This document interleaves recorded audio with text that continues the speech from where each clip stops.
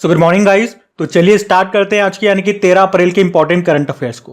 तो इस प्रश्न में आपसे पूछ रहे हाल ही में मानव अंतरिक्ष उड़ान का अंतरराष्ट्रीय दिवस 2024 ये कब मनाया गया? तो आंसर होगा 12 अप्रैल को।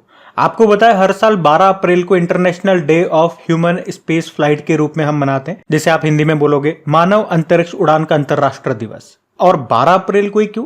क्योंकि यूएसएसआर के जो अंतरिक्ष यात्री थे यूरी गागरिन, वो अंतरिक्ष में जाने वाले पहले व्यक्ति बने थे। कब गए थे? 12 अप्रैल 1961 को। इसीलिए 12 अप्रैल को यह दिवस मनाया जाता है। और वो किस अंतरिक्ष यान से अंतरिक्ष में गए थे तो वो भी याद रखना, वोस्टोक 1 उसका नाम था। और इस दिवस की इस साल थीम है वैज्ञानिक जिज्ञासा को प्रोत्साहित करना, एनकरेजिंग साइंटिफिक क्यूरियोसिटी। अच्छा, मैं आपको इसी से संबंधित कुछ प्रश्न बता रहा हूं, वो इंपॉर्टेंट सारे प्रश्न है, तो बिल्कुल ध्यान से सुनना। एज ए स्टैटिक प्रश्न कहलाएंगे ये। एक तो हमने पढ़ा अंतरिक्ष में जाने वाले पहले व्यक्ति, आपने कहा यूरी गागरिन, जो कि एक पुरुष व्यक्ति थे। लेकिन अगर पूछे अंतरिक्ष में जाने वाली पहली महिला कौन थी, तो उनका नाम था वैलेंटिना टेरेस्कोवा। वो भी यूएसएसआर से थी। कब गई थी वो? 1963 में, यानी कि यूरी गागरिन के 2 साल बाद। अगर आपसे पूछे चांद पर उतरने वाले पहले व्यक्ति का नाम, तो सब जानते हो, नील आर्मस्ट्रॉन्ग। वो कब गए थे? 1969 में। वो अमेरिकी थे। और वहीं हम भारत के रेफरेंस में बात करें कि अंतरिक्ष में जाने वाले पहले भारतीय कौन थे, तो राकेश शर्मा थे। वो 1984 में गए थे। सोयूज T11 रॉकेट से, अंतरिक्ष यान से वो गए थे। और भारतीय मूल की पहली महिला कौन थी स्पेस में जाने वाली, तो वो कल्पना चावला थी। एक करंट अफेयर्स का प्रश्न तो ये हमने अभी पढ़ा है कि अभी अंतरिक्ष में सबसे लंबे समय तक रहने का रिकॉर्ड किन्होंने बनाया, तो उनका नाम है ओलेग कोनोनेंको। ये रशिया के हैं। अभी भी ये अंतरिक्ष में ही हैं। और कितने दिनों का इनका रिकॉर्ड है, तो 1000 दिनों का। अगर आपसे पूछे कि चांद पर जाने वाली पहली महिला कौन होंगी, तो उनका नाम होगा क्रिस्टिना कोच, जो नासा का आर्टेमिस मिशन है उसके तहत ये जाएंगी। अगर पूछे विश्व अंतरिक्ष सप्ताह कब मनाया जाता है, 4 से लेकर 10 अक्टूबर याद रखना। और राष्ट्रीय अंतरिक्ष दिवस, नेशनल स्पेस डे, ये हम मना रहे हैं अब 23 अगस्त को, क्योंकि हमारा जो चंद्रयान है वो 23 अगस्त 2023 को चंद्रयान 3 सफल लैंड किया था चंद्रमा पे, इसीलिए 23 अगस्त को मना रहे हैं। अच्छा, ये रायना बर्नवी का नाम भी याद रखना, सऊदी अरब की अंतरिक्ष में जाने वाली ये पहली महिला है।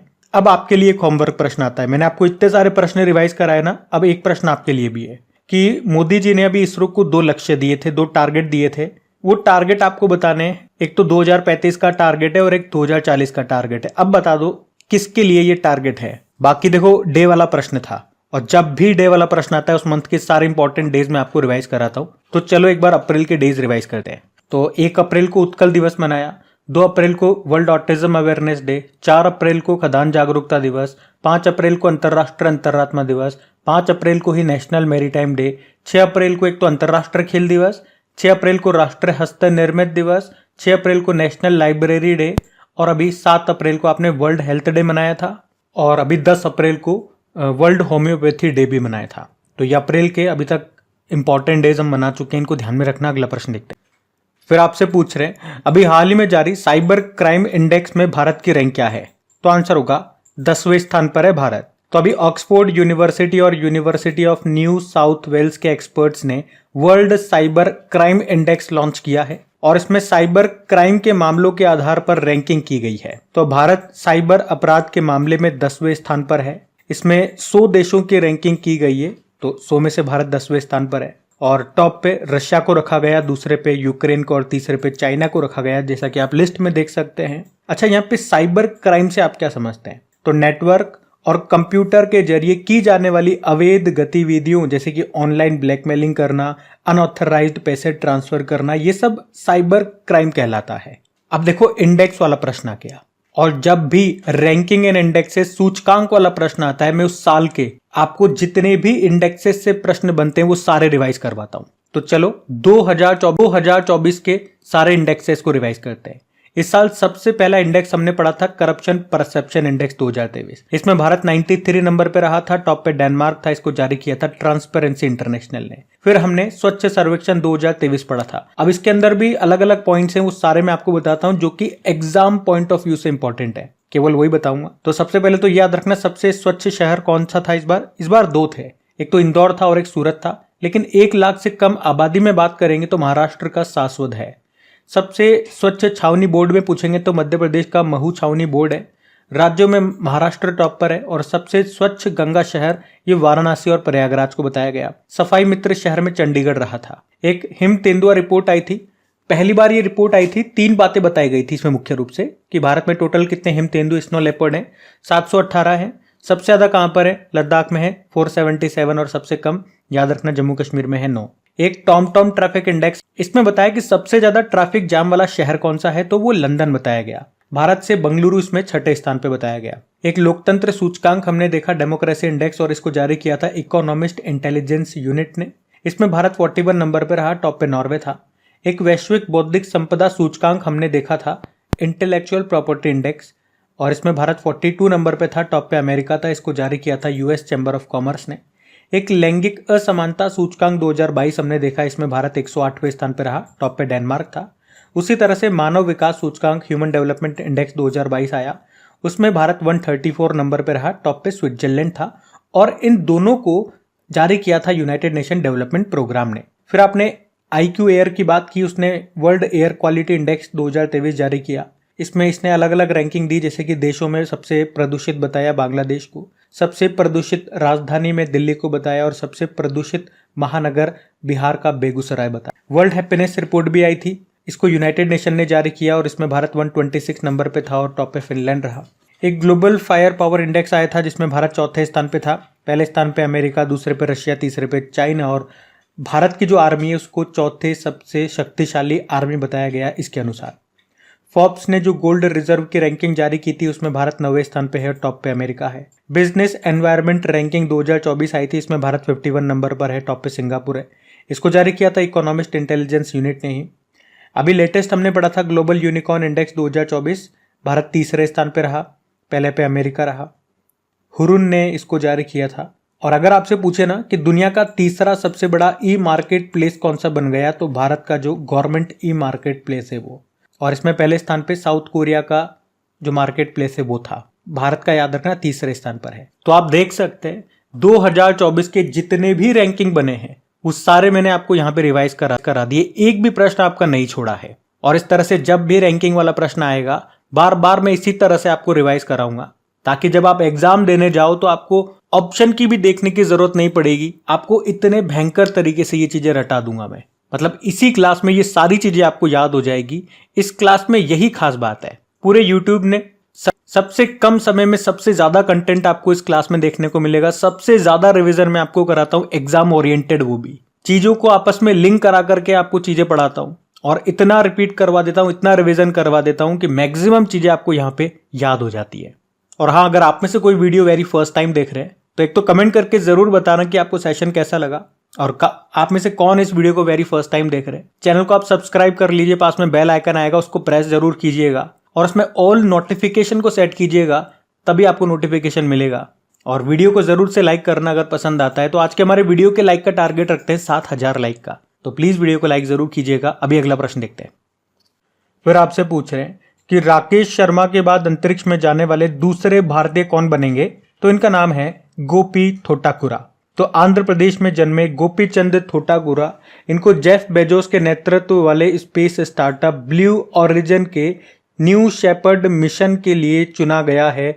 उस मिशन के अंतर्गत ये अंतरिक्ष में जाएंगे। आपको बताया 1984 में विंग कमांडर राकेश शर्मा ये अंतरिक्ष में जाने वाले पहले भारतीय बने थे, और अब गोपी चंद अंतरिक्ष में जाने वाले देश के पहले सिविलियन अंतरिक्ष यात्री बनेंगे, या यूं कह दूं कि दूसरे इंडियन सिटीजन बनेंगे जो कि अंतरिक्ष में जाएंगे। अब आप लोग कहोगे अगर ये दूसरे बनेंगे तो फिर कल्पना चावला कौन थी, सुनीता विलियम्स, राजाचारी और शिरीषा बांदला, ये भी तो स्पेस में गई थी। देखो भैया, ये स्पेस में गई थी, पर ये भारतीय मूल के अमेरिकी नागरिक के तौर पर अंतरिक्ष में गए थे। और ये जो गोपी चंद थोटाकुरा है, अभी भी ये भारतीय नागरिक हैं। इसलिए मैंने आपको अभी कहा था ऊपर कि ये जो गोपी चंद हैं, ये अंतरिक्ष में जाने वाले देश के पहले सिविलियन अंतरिक्ष यात्री होंगे, या यूं कह दूं कि दूसरे इंडियन सिटीजन होंगे। तो इनका नाम ध्यान में रखना। बाकी अंतरिक्ष से संबंधित अभी सारे पॉइंट्स मैंने आपको क्लियर करवा दिए हैं आगे वाले प्रश्न में। तो अभी अगला प्रश्न देखते हैं। फिर आपसे पूछ रहे हैं अभी अप्रैल 2024 में किस भारतीय को 2024 अमेरिकी राष्ट्रपति पुरस्कार से सम्मानित किया गया, तो आंसर होगा लोकेश मुनि को। तो जैन आचार्य लोकेश मुनि को अभी सार्वजनिक भलाई और मानवता में उनके योगदान के लिए अमेरिकी राष्ट्रपति के गोल्ड वॉलंटियर सर्विस पुरस्कार से सम्मानित किया गया और इस प्रकार ये सम्मान पाने वाले वो पहले भारतीय भिक्षु बन गए हैं। आचार्य लोकेश मुनि की बात करें तो भारत में ये एक गैर सरकारी संगठन है, अहिंसा विश्व भारती और विश्व शांति केंद्र उसके संस्थापक हैं। और इस पुरस्कार की बात करें तो इसकी स्थापना सन 2003 में जब राष्ट्रपति हुआ करते थे वहां पे जॉर्ज बुश, उस समय इसकी स्थापना की गई थी इस पुरस्कार की। ये पुरस्कार उन व्यक्तियों को दिया जाता है जिनके स्वैच्छिक कार्य ने समुदायों पर सकारात्मक प्रभाव डाला हो और उनके आसपास के लोगों को प्रेरित किया हो। तो अभी तो आप याद रखेंगे ये पुरस्कार मिला किसे, लोकेश मुनि को। अच्छा, लोकेश मुनि से मैं आपको एक और प्रश्न याद दिलाता हूं। देखो, अभी ये प्रश्न हमने स्टार्टिंग में, साल के स्टार्टिंग में ही जनवरी या फरवरी में पढ़ा था कि आचार्य लोकेश मुनि जी, इनको अभी वैश्विक जैन शांति दूत से भी सम्मानित किया गया था। अगर डेली आप हमारे करंट अफेयर्स का लेक्चर पढ़ते होंगे तो आपको याद होगा, और नहीं याद है ना तो भैया रिवीजन करना स्टार्ट कर दो। रिवीजन वाली क्लास हमने स्टार्ट कर रखी है, इस साल के जनवरी से ही रिवीजन करवा रहा हूं मैं आपको। एक अलग से वीडियो आता है जिसका ब्लैक कलर का थीम होता है, वो रिवीजन वाले वीडियोज है, तो देखना स्टार्ट कर दो। अगर याद नहीं आता है तो फिर क्या चक्कर हो रहा है कि आप आगे बढ़ते जा रहे हो और पीछे का भूलते जा रहे हो। तो वीडियोज आपकी वो मदद करेंगे पीछे का कंटेंट याद रखने में। वैसे अभी वर्तमान में अमेरिकी राष्ट्रपति कौन है? जो बाइडन है, 46 नंबर के हैं। देखो, ये ऑप्शन में भी कुछ नाम है, ये इंपॉर्टेंट है, जैसे कि टीएम कृष्णा, अभी संगीत कलानिधि पुरस्कार मिला इनको। रिकेन यामामोटो आप जानते हो जापान के हैं, 2024 का प्रित्जकर आर्किटेक्चर पुरस्कार मिला इनको। और अमिताभ घोष इरास्मस पुरस्कार 2024 इनको मिला था। तो ये नाम बिल्कुल लेटेस्ट है, ये अवार्ड बिल्कुल लेटेस्ट है, ध्यान में रखना। अगला प्रश्न देखते हैं।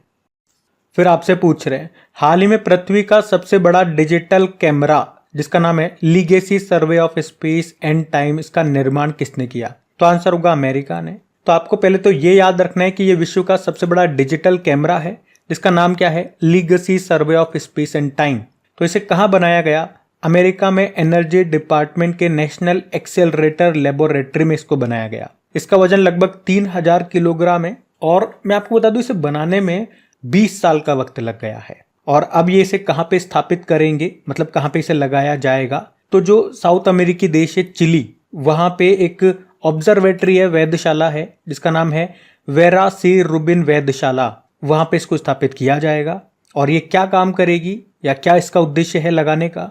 तो 3200 मेगापिक्सल वाले इस कैमरे की मदद से शोधकर्ताओं को, रिसर्चर्स को ब्रह्मांड को और भी विस्तार से देखने में मदद करेगा ये कैमरा।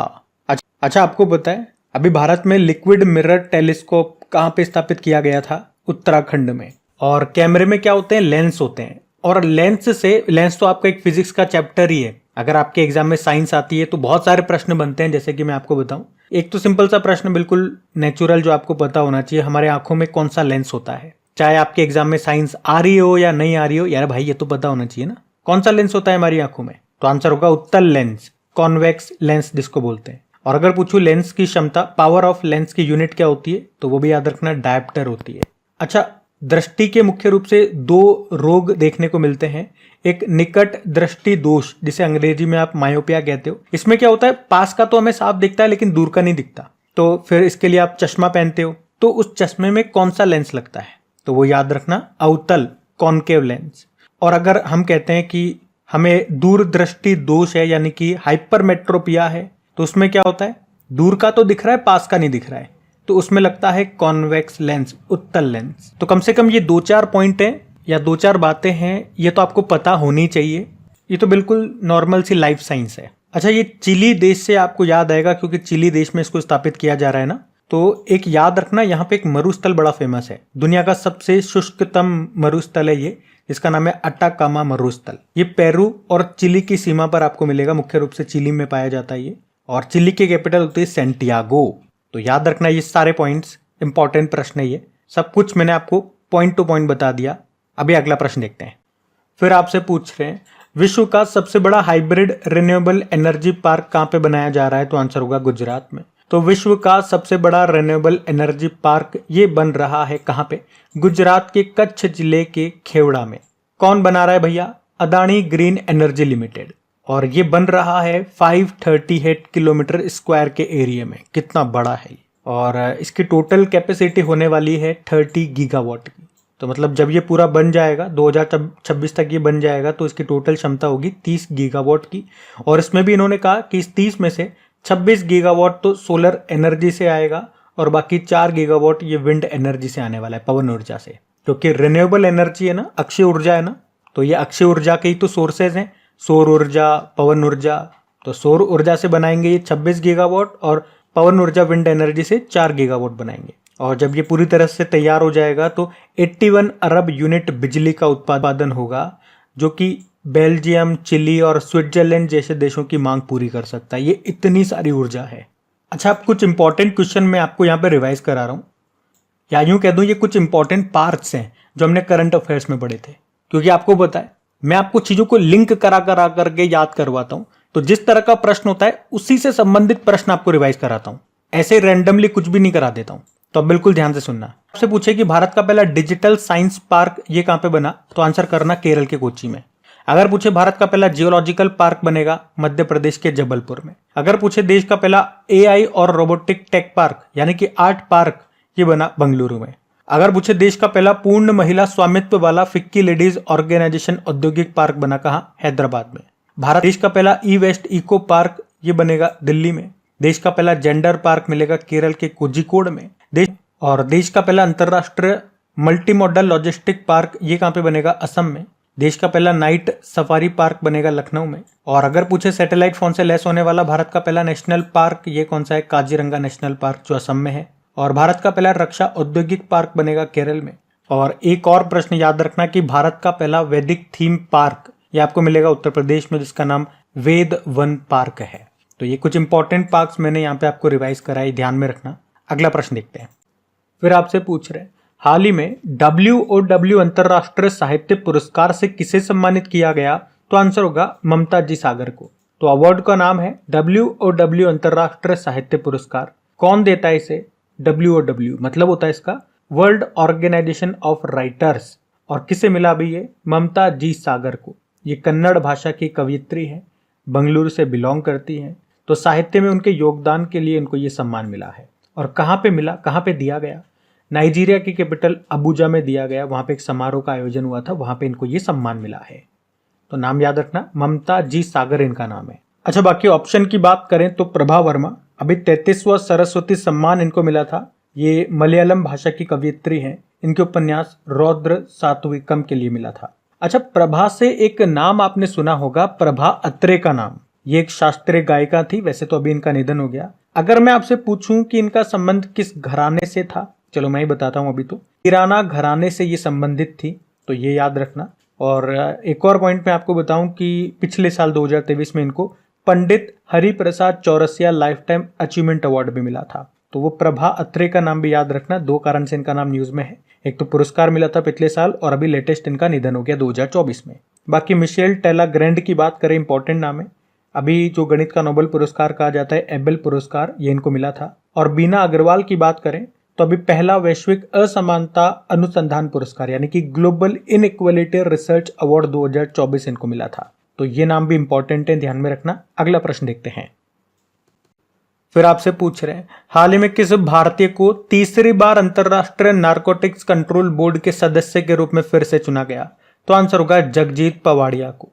तो अभी भारत की जगजीत पवाड़िया को अपने तीसरे कार्यकाल के लिए फिर से चुन लिया गया है। तो उनका कार्यकाल रहेगा अगले 5 सालों के लिए, यानी कि 2025 से लेकर 2030 तक। हमने कहा तीसरी बार इनको चुना गया, तो पहली बार इनको 2015 में अंतरराष्ट्रीय नारकोटिक्स कंट्रोल बोर्ड के लिए चुना गया था।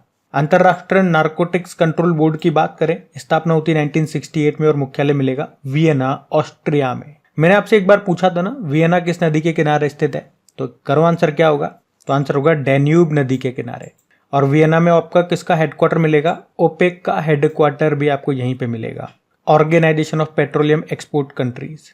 अच्छा, यहाँ पे एक प्रश्न मैं आपको और पूछता हूँ कि गिरफ्तार नार्को अपराधियों पर भारत का पहला पोर्टल लॉन्च हुआ था। आप बता सकते हो उस पोर्टल नाम क्या रखा था? कुछ समय पहले की ही ये बात है, इंपॉर्टेंट प्रश्न है वैसे ये। तो आंसर हो जाएगा निदान। निदान पोर्टल तो आपने सुना होगा ना, वही पूछ रहा हूं मैं आपसे। बाकी चलो ऑप्शन पे हम देखते हैं। तो हरेंद्र सिंह नाम सुना है, अभी भारतीय महिला हॉकी टीम के कोच बने थे। श्रीनिवास पल्लिया इंपॉर्टेंट नाम है, विप्रो के नए MD CEO बने। और राकेश मोहन अभी विश्व बैंक आर्थिक सलाहकार पैनल में ये नियुक्त हुए थे, तो इनका नाम भी न्यूज में पढ़ा था हमने, ध्यान रखना। अगला प्रश्न देखते हैं। फिर आपसे पूछ रहे हैं कि भारत में ब्रिटेन की पहली महिला उच्चायुक्त हाई कमिश्नर कौन बनी, तो ये भी अच्छा प्रश्न है। आंसर होगा इनका लिंडी कैमरून। तो यूके के राष्ट्रीय साइबर सुरक्षा केंद्र की पूर्व सीईओ हैं ये लिंडी कैमरून, और भारत में ब्रिटेन की अभी ये पहली महिला हाई कमिश्नर यानी कि उच्चायुक्त बनी है। वो किनका स्थान ले रही है? एलेक्स एलिस का स्थान लेंगी। अच्छा, इसका उल्टा अगर मैं आपसे पूछूं कि ब्रिटेन में भारतीय उच्चायुक्त कौन है, बताओ। देखिए आप में से किस किस को पता है। बाकी ऑप्शन पे देखो तो जैसिंता कल्याण अभी भारत की पहली महिला पिच क्यूरेटर बनी थी। Bilkis Mir Paris Olympic jury में पहली भारतीय महिला बनी, और मिशेल बुलॉक ऑस्ट्रेलिया के सेंट्रल बैंक की ये पहली महिला गवर्नर बनी थी। मैंने आपसे पूछा अभी ब्रिटेन में जो भारतीय उच्चायुक्त हाई कमिश्नर है उनका नाम क्या है, तो वो ध्यान रखना। तो उत्तर होगा विक्रम दुर्रेस्वामी, तो ये भी ध्यान में रखना। अगला प्रश्न देखते हैं। फिर आपसे पूछ रहे हैं कि अभी अप्रैल 2024 में जारी क्यूएस वर्ल्ड यूनिवर्सिटी रैंकिंग 2024 में भारत का सर्वोच्च रैंक वाला विश्वविद्यालय कौन सा है, तो आंसर होगा जवाहरलाल नेहरू यूनिवर्सिटी। तो क्यूएस मतलब होता है क्वाक्वेरिली साइमंड्स, ये लंदन की एक संस्था है जिसने अभी 10 अप्रैल 2024 को ही क्यूएस वर्ल्ड यूनिवर्सिटी रैंकिंग 2024 को जारी किया है। ये इसका 14वां संस्करण है, और इस रैंकिंग में जवाहरलाल नेहरू यूनिवर्सिटी दिल्ली, जो कि भारत में टॉप यूनिवर्सिटी है डेवलपमेंट स्टडीज कैटेगरी में। वहीं वर्ल्ड रैंकिंग में बात करें तो जेएनयू ये 20वें स्थान पर है। भारत की टोटल 69 यूनिवर्सिटीज को इस रैंकिंग में जगह मिली है, जिनमें सबसे ऊपर यही है जेएनयू। मैंने बताया वर्ल्ड रैंकिंग में 20वें स्थान पर है। वैसे तो अलग अलग कैटेगरीज में अलग अलग यूनिवर्सिटीज टॉप पर है, लेकिन कौन सा भारतीय यूनिवर्सिटी इस रैंकिंग में सबसे ऊपर है, तो वो जेएनयू ही है जो 20वें स्थान पर है। उसी तरह से वर्ल्ड में आप पूछोगे कौन सी यूनिवर्सिटी टॉप पर है, तो मैंने आपको कहा ना अलग अलग कैटेगरीज में अलग अलग यूनिवर्सिटी टॉप पर है। तो आप तो इतना याद रखो जो मैंने बताया। उसके अलावा आप ये भी ध्यान रख सकते हो कि इसमें इस रैंकिंग में ये भी बताया गया कि शोध यानी कि अनुसंधान या रिसर्च को बढ़ावा देने वाले देशों में नंबर 1 कंट्री कौन सा है, तो वो चाइना है। फिर अमेरिका को बताया गया, तीसरे स्थान पे इंग्लैंड को रखा, और चौथे पे रखा भारत को। तो ये भी ध्यान में रखना। तो गाइज ये था आज का आपका सेशन। एक बार फिर से याद दिलाऊं, अगर वीडियो को आपने अभी तक लाइक नहीं किया तो लाइक जरूर कीजिएगा। कमेंट करके जरूर बताइएगा सेशन आपको कैसा लगा। बाकी चलो अभी कल के करंट अफेयर्स का मैं आपको क्विक रिवीजन करवा देता हूं, फिर सेशन एंड करते हैं हम। तो पहला प्रश्न पूछा था अभी ग्लोबल यूनिकॉर्न इंडेक्स 2024 में भारत कौन से स्थान पे रहा, तो तीसरे स्थान पे, टॉप पे अमेरिका। फिर आपसे पूछा लक्षद्वीप में शाखा ब्रांच खोलने वाला पहला प्राइवेट बैंक बना एचडीएफसी। फिर पूछा उत्तर प्रदेश का पहला ग्लास स्काई वॉक ब्रिज ये कहाँ पे बनाया गया, चित्रकूट में। फिर आपसे पूछा अमेरिका का प्रतिष्ठित जॉन एल जैक स्विगर्ट जूनियर पुरस्कार से किसे सम्मानित किया गया, तो इसरो को, इसरो की जो चंद्रयान टीम है उसको। फिर पूछा दिवंगत नोबेल पुरस्कार विजेता पीटर हिग्स ने किसका आविष्कार किया था जिनका भी निधन हो गया, तो गॉड पार्टिकल का। फिर पूछा विश्व स्वास्थ्य संगठन की वैश्विक हेपेटाइटिस रिपोर्ट 2024 के अनुसार सर्वाधिक हेपेटाइटिस बी और सी के मामले कहां पर दर्ज किए गए, तो चाइना में। फिर पूछा खुबानी खिलना महोत्सव 2024 ये कहां पे शुरू हुआ, लद्दाख में। फिर पूछा जर्मन लोकतंत्र पुरस्कार के लिए किसे चुना गया, अलेक्सी नवल्नी और यूलिया नवलनाया को। फिर पूछा ऑन द स्पॉट यूनिट प्रशस्ति पत्र से सम्मानित किया गया आईएनएस शारदा को। और आखिरी प्रश्न था आईपीएल के इतिहास में सर्वाधिक शतक लगाने की उपलब्धि किसने हासिल की, तो विराट कोहली ने 8 शतक लगाए थे अभी तक। अभी कल का होमवर्क प्रश्न देखते हैं और सेशन भी एंड करते हैं। तो कल की वीडियो में आपसे पूछा था कि भारत के पहले 3D प्रिंटेड डाक घर का उद्घाटन कहां पे किया गया था, तो आंसर होगा बेंगलुरु में। आप सभी ने प्रश्न का बिल्कुल सही उत्तर दिया। अब ये आज का आपका होमवर्क प्रश्न।